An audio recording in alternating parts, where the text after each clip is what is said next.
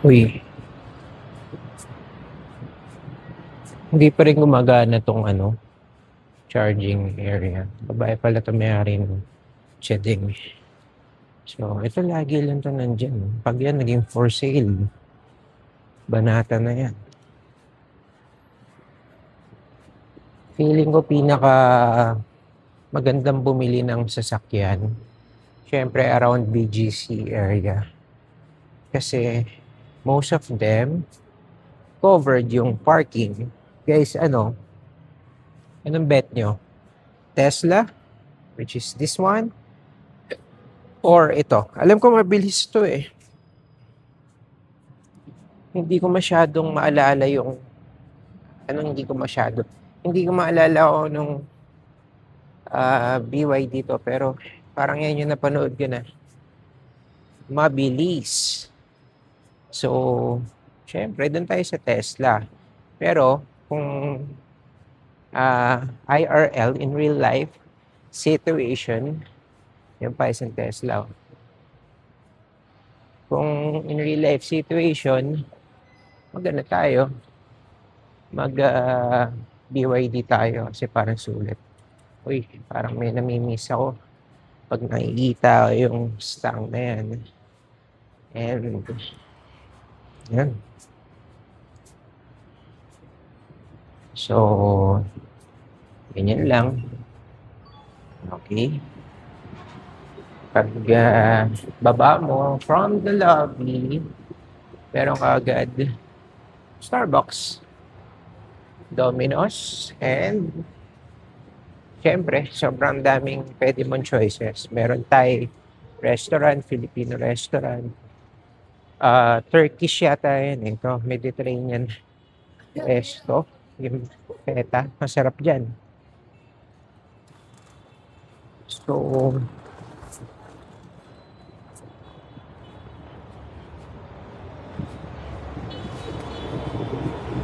masarap maglakad. Actually, parang masarap magkape dun sa dun sa likod ng Uptown, yung alfresco sa refuel. Pero kasi parang gusto ko ng parang gusto ko ng buko juice ulit. So, pwede naman parehas.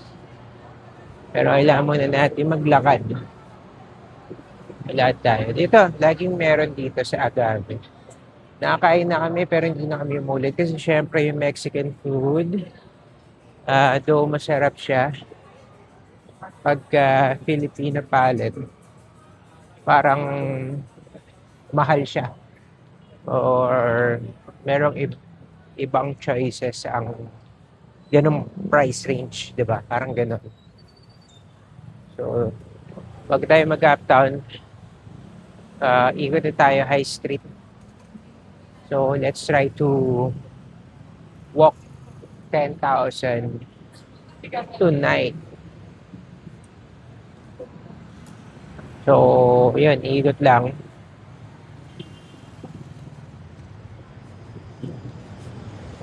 Lakad tayo. Ito yung bus station dito sa gawing uptown. Meron doon sa gawing silo, mismong uptown. Tapos ito, yun tapat. Oo. Oh no. Magpupula na to eh, oh. So, tatawid na tayo dito sa Candid Coffee. Kasi paano naman tayo high street eh. High street ito, pa-diagonal diretso, high street yan. Sa Fifth Ave. So, pwede tayo pa-right. So, minsan yung route ako dito, since araw-araw naman, nakadepende sa stoplight. Pare, paglabas ko, pag stoplight sa gawing uptown, parang it's a sign na kailangan mag-high street ako, ganun. So, pag naka-green naman, magano ako. Kuwari, naka-green sa may Rizal Drive, papunta market, magma-market ako. So, ayun. Hindi ko kasi gusto yung masyadong, ayun, 70 seconds. Masyado naghihintay sa stoplight. Gusto ko dire-diretso lang. Parang ganun din sa driving eh. Minsan mas okay yung dire-diretso ka kaysa yung nata-traffic ka. Kahit na medyo mas malayo. O, mas okay yung tuloy-tuloy lang na lakad. Dito yung Grand Hyatt. Then, yung butas nandun lang. Gawing Mitsukoshi sa likod din. Likod ng building na yan. So, green, red. So, pili tayo. Dito tayo sa green. Naka-go siya. Dito tayo agad. Ganon din naman yun eh. Regardless kung ano mauna, dun din ang punta mo sa gawing Fifth Ave. So, dito, madaling nakatambay minsan na ano dito, cyclist. Kasi parang dati pa na parang patay na area to eh. Tambayan lang. So ngayon, medyo tambayan pa rin ng mga ah, tambay pero more on yung dito na sa mga taga-turf siguro. Pero dati palaging cyclist yung mga nakatambay dyan. Together with their bikes, of course. Ayan, so dito. Buti medyo wala na yung mga nag-skateboard. Medyo siguro na-consult na nila yung ah, lawyers nila about the legality kung if ever ipagbabawal nila yung certain, di ba yung mga youngsta na nga, and nawala na rin yung mga nag-skateboard. And not only that, um, alam ko yung mga grand meetups ng mga bikers, as long as hindi siya yung parang medyo social, may discrimination na nga, totoo naman. Pero it's their right naman. Kasi alam ko may binawal na parang grand meet-up ng yung mga kabataan lang, high school na mga nagbabike. Dito sila nagtambay. Tapos may nakita ako merong nang bawal. So I don't know kung ano nangyayari doon. Pero yung mga youngster na nito, I have my personal video pa. Talagang doon pala sa May Sirendra, binabawal na sila.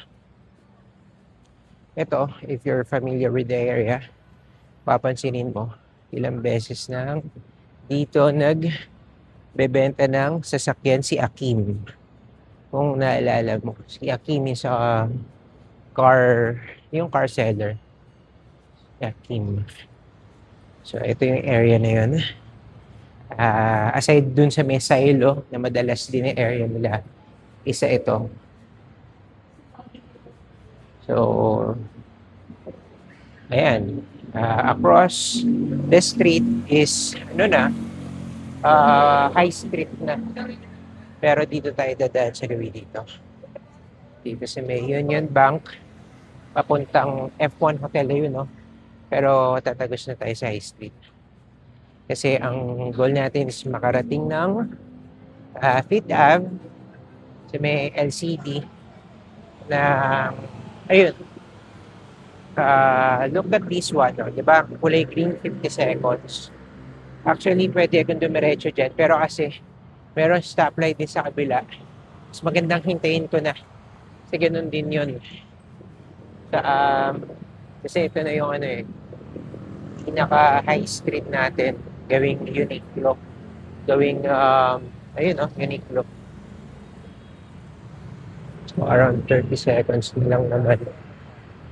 So, pwede na yan.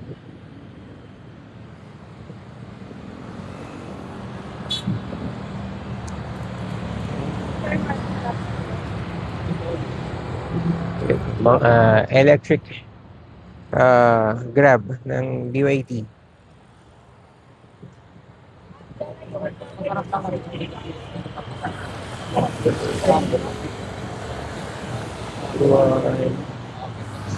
Yan pula.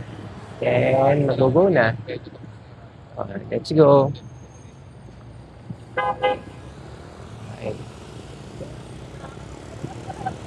So,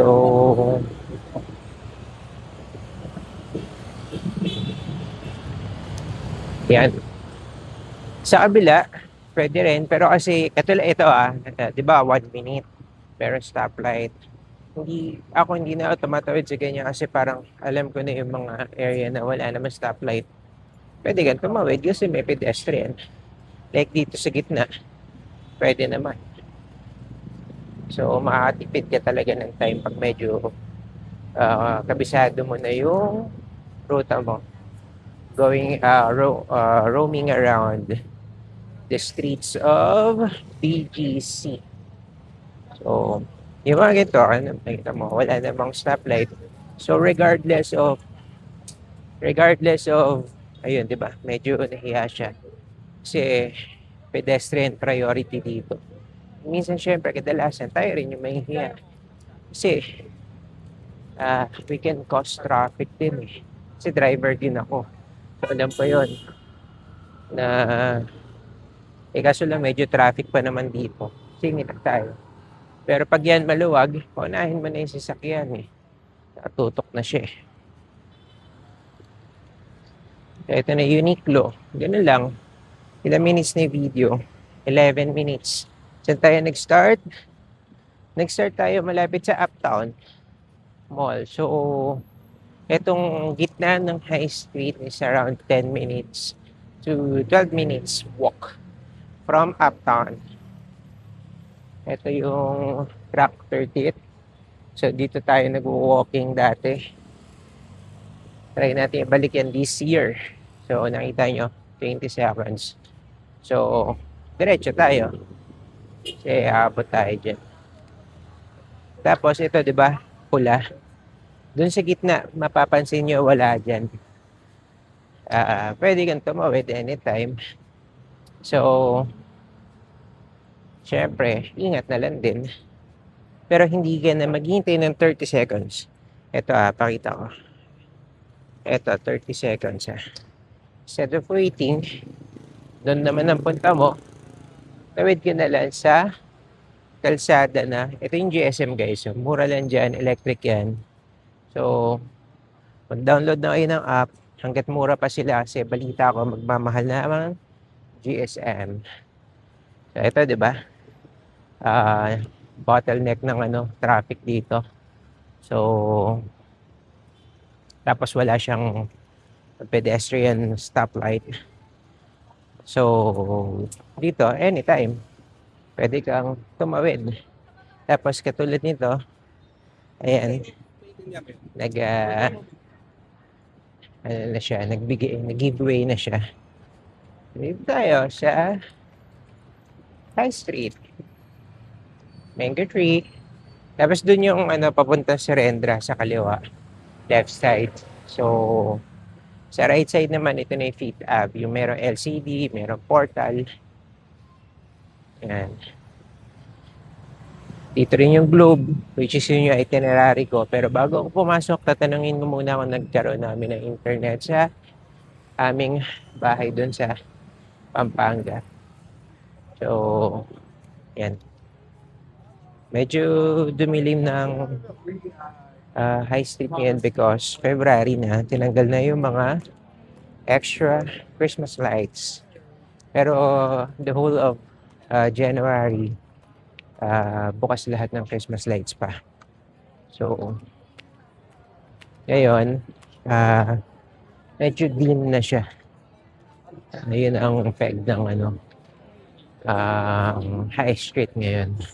Or ng BGC as a whole. Kasi ganun din sa Uptown eh. Sa Uptown, napansin ko, after January, tinanggal na rin yung Christmas lights. So, as soon as February 1, nagkaroon na ng, ayun tinanggal na. Pero ayun meron pa rin yung mga parang poles na merong Christmas lights. So, wala pa silang plano kung siguro yung ipapalit nila dyan. So, niretain nila. And, ayun nga. Parang mas maganda naman kasi may mga palm trees eh. Mas maganda may ilaw talaga dyan. So, the video is 14 minutes. So, ayun, 15 minutes pala, Fifth Ave. From Uptown, 15-minute walk. steps, mga around 2,000 steps. 1,800 steps. So, ang baba, di ba? 10,000 ang goal natin. So, buong BGC talaga sa 10,000 steps. Pwede mo malibot. Di ba? Nagkakaroon ka na ng healthy goal. Tapos, nalilibot ko pa yung buong BGC. Ito yung, tawag dito, ano mall to? Basta yan yung may cinema sa taas. Andiyan yung Venchi, Shake Shack, of course. Tapos yung, anong ramen, yun yung kay company ni Chibo. Andiyan din. Pero across the street, syempre, yung ever famous na TikTok wall sa may tabi ng Gentle Monster. Tapos sa left side, from here, andito na yung BGC Portal. So, yun, no? Parang Shibuya Crossing, no? Daming tumatawid. Daming nagpipictorial. And then, of course, eto na, ang the ever famous Portal. Bisita tayo sa Portal, ano? Oh, ayan.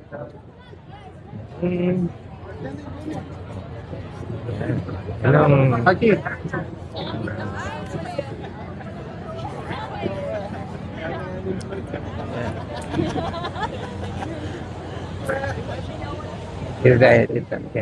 Everyone is like... So, yun guys. Yan ang Portal. Basta, di ba? Parang normal lang. Pero dito sa Pilipinas, palagi yan, Monday to Friday or Sunday to Sunday. 7 days, palagi meron tao sa harap ng Portal. Philippines number 1. Diba? Tignan mo yung ibang lugar, dinadaanan lang na yung Portal. So, tignan mo. Oh. Nasaan yung Portal? Mexico. Tapos, yun lang, dinadaan-daanan lang nila.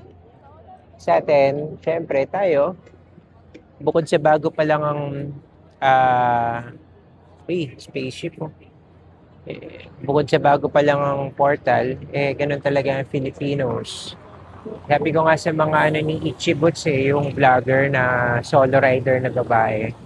Yung mga pinupuntahan niya walang tao. Sa Philippines yun, talagang pasyalan na yun. For sure. Meron na nagbebenta ng mineral, coffee, chair. Again na ng mga Filipino Natural na tayo. Magaling tayo maghanap ng pasyalan spots. Another GSM. Uy. Hindi tayo naka-focus dun.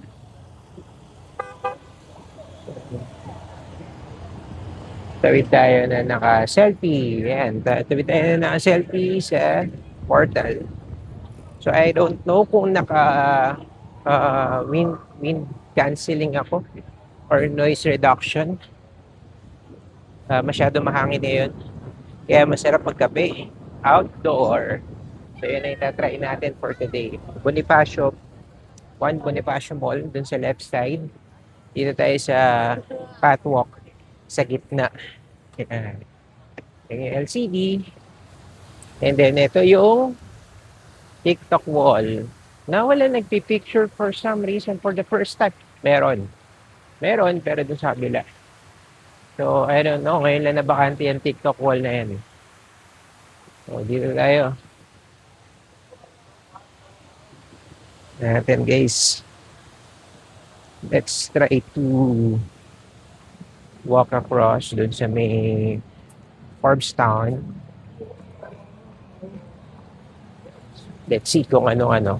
So, dun, puro alfresco dun. Masarap mag-coffee. Masarap mag-coffee. Sarap maglakad. Parang lahat sila alfresco dining kasi yung wind ngayon parang nasa beach. Iba yung hangin ngayon sa BGC. Sobrang ayos. Siyempre, buong Pilipinas yan. Buong Luzon yan. Pero particularly here sa BGC. Maganda ang hangin, mahangin. Kaya puno yung mga alfresco dining. Sarap kumain, sarap magkape. Usually, nag-alfresco before. Foreigner, ewan ko. Sarap na sarap sila sa init talaga. Baka sawan-sawa na sila sa snow. Parang ganon. Parang luxury sa kanila yan. Yung nasa alfresco. Tayo kasi hindi tayo mahilig dyan. Lalo na pag humid. Doon tayo sa aircon. Diba? So everyone is walking their dogs. Doon yung walking area talaga. Pero past the walking hours na baka wala nang ganong aso. Doon sa may Bonifacio Circle, Burgos Circle. Ito yung Wolfgang dito sa BGC. Tapat siya ng Shangri-La. Tapat siya ng Starbucks. So, nakita ko si Neon Band yan na gano'n, tsaa lang. So, pwede naman daw yun. Pero syempre, it's not advisable, of course. Kung lalo na kung hindi ka naman. Kasi may mga ano eh. Again, mga big time na sila. Okay lang sa kanila yun eh. Pero kasi alam mo naman, basta na nagigets nyo yun. Pagka hindi ka masyadong big time naman, tapos medyo magkatsaa ka lang, alam mo yun, naramdaman mo yun, medyo parang nakakahiya ng konti, parang nakaka-intimidate. Magkatsaa ka lang doon sa isang area na supposed to be mahal talaga. Siguro, di ba, parang sini yun man pagka nag-tsaa doon, hindi naman niya ma-feel yung intimidation kasi baka once in a while talagang nag-i-stake naman siya. Pero sa kagaya ko, let's say for example, hindi pa nga ako nakakain siguro ng worth 6,000 pesos na steak eh. Or doon sa mga ganong klaseng kainan. So sa mga ganong klaseng kainan, siguro yung mga social na bar, pwede yun. Drinks ka lang. Kahit na wag mo inumin yung mamahalin na alak. Diba? Doon nga sa kaya mo pwede. Pero kasi sa steakhouse, tapos magtsatsaa ka, dito na tayo kasi yung Brick Corner nga pala, merong pinaka masarap na biryani here. Yan Brick House. Sarap ang biryani dyan. Brick Corner pala, hindi siya Brick House. So, eto na. Doon na tayo sa Burgos Circle. Ito lagi, di maraming kumakain dito. Forbes Town, ewan ko kung ano yun. Ewan ko anong kainan yun. Basta sa tapat ng pancake ko, sa tabi ng Brick Corner. So, eto. So, eto yung this is where they usually walk their dogs dyan. So, sobrang dami dyan. Ito salad stop, coffee bean, CBTL.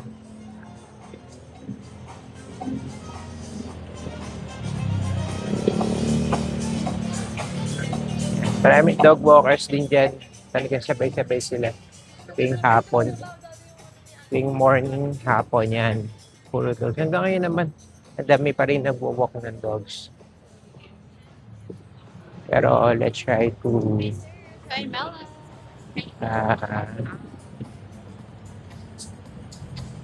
tayo. Ikot tayo dito sa mga alfresco dining. Dito na sa may pinaka Forbes Town. Tea and toast. Dito na maraming tumatarget ng let's see kung kumusta ang 651 sa Forbes Town.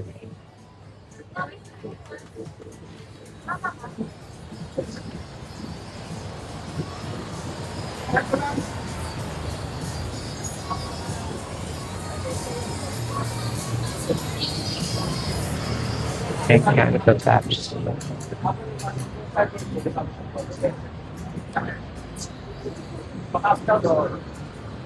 Chima.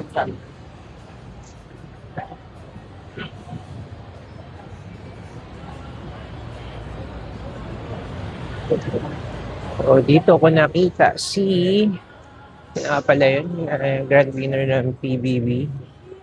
Si, dito ko siya nakita. So, nag-video lang ako. Nakita ko siya dito sa kanan.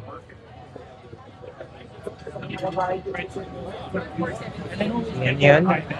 Sini ka sa Lamangka. Yun. Dito ko siya. Sobrang puno ah. What's with the restaurant? Parang panalo ah.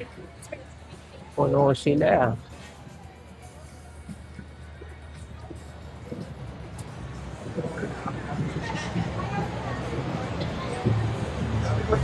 Oh, eto. Right now. It's 2 hours straight.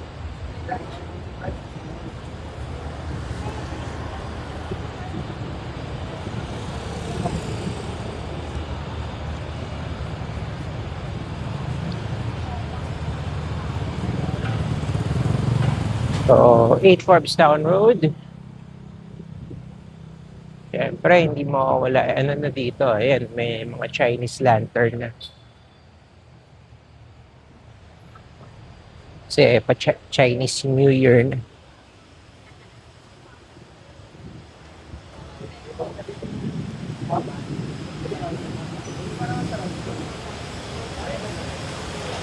Ito, dito rin. Ito, paborito to ng mga foreigners. Ito, Dr. Wine.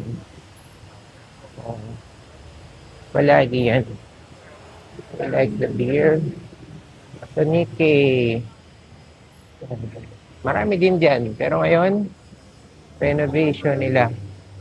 Or they're closing na ba? Tipsy Pig. Uy.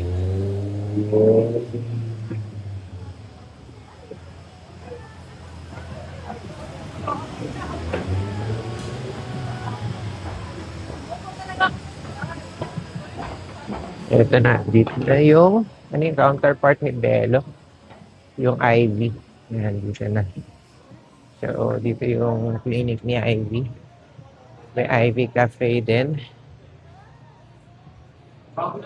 So, parang ayoko ng Ivy Cafe. Kasi syempre, pag diyan ka nag-coffee, baka may pressure na ano eh. Dapat customer ka dyan eh. May ganong vibes. Locavor, meron niya mga Michelin, basta nasama sila sa ganon recommendation. Locavor. Sarap din dyan. Medyo mahal lang. Doon meron Max sa dulo. And collab ng Yardstick. May coffee shop din sila na Max na Yardstick. Dito sa likod, ayan, sa likod, mga office area. Try na rin natin maglakad kasi 10,000 naman ang goal natin. So, saan ba ako tumatabi? Dito. Yung dog walker. Hello. Grabe, ano? So, yun lang guys. Around 28 minutes. 30 minutes. Ano na to? Sakto na natin 30 minutes. Wala na 29 na pala eh. Tatawid pa ako doon. So, another episode na yun. Bye guys! Hello! That's it.